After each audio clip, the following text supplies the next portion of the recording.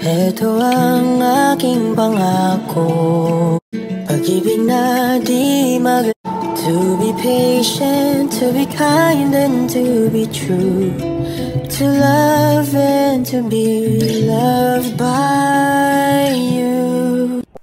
Chika Minute, Bel Mariano and Light Up Shine in Davao. Grabe, lumitaw ang kagandahan ni Bel Mariano sa kanyang suot na yellow dress.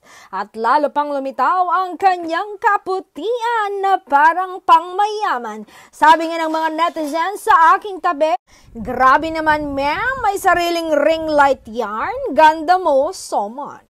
Alam ko, maganda talaga si Bel Mariano, pero parang every time she steps up the stage, napapawaw. Lagi ako sa kagandahan niya, hindi lang ako, kundi lahat ng kanyang mga fans at bubblies. Madami talagang napahanga sa ganda niya at parang light lang ang kanyang make-up, pero mapapamura ka sa ganda niya.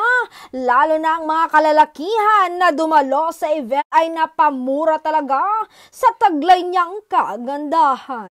At napahanga rin ang mga taga Davao dahil kung sumagot ang dalaga ay parang Miss Universe. Kung ano yung start believing in yourself, and I think that's what self-acceptance is. That is so nice. Thank you so much for sharing that answer. And now Miss Jinky B challenges.